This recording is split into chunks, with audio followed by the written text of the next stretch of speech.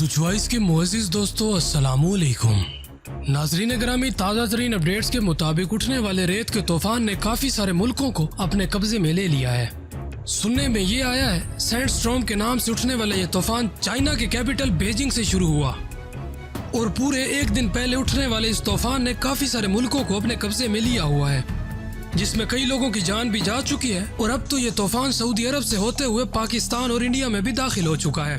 ताज़ा तरीन तफसीलात के मुताबिक ये तूफान बलूचिस्तान में सबसे पहले दाखिल हुआ, उसके बाद कराची में, और कराची में कई लोग इससे हलाक भी हो चुके हैं।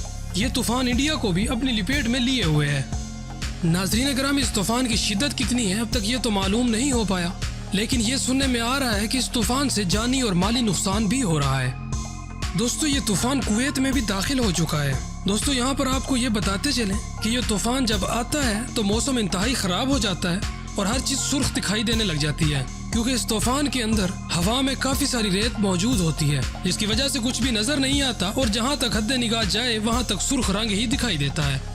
कुछ लोगों का कहना है कि चाइना ने मौसम में तब्दीली का एक तजर्बा किया, जिसकी वजह से ये तूफान आया, लेकिन ये अभी कहना बिल्कुल भी ठीक नहीं है कि चाइना की वजह से ये तूफान आया या ये कुदरती आफत है।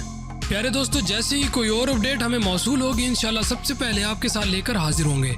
तब तक के लिए हमें इजाज़त दें। अल्लाह निगहबान।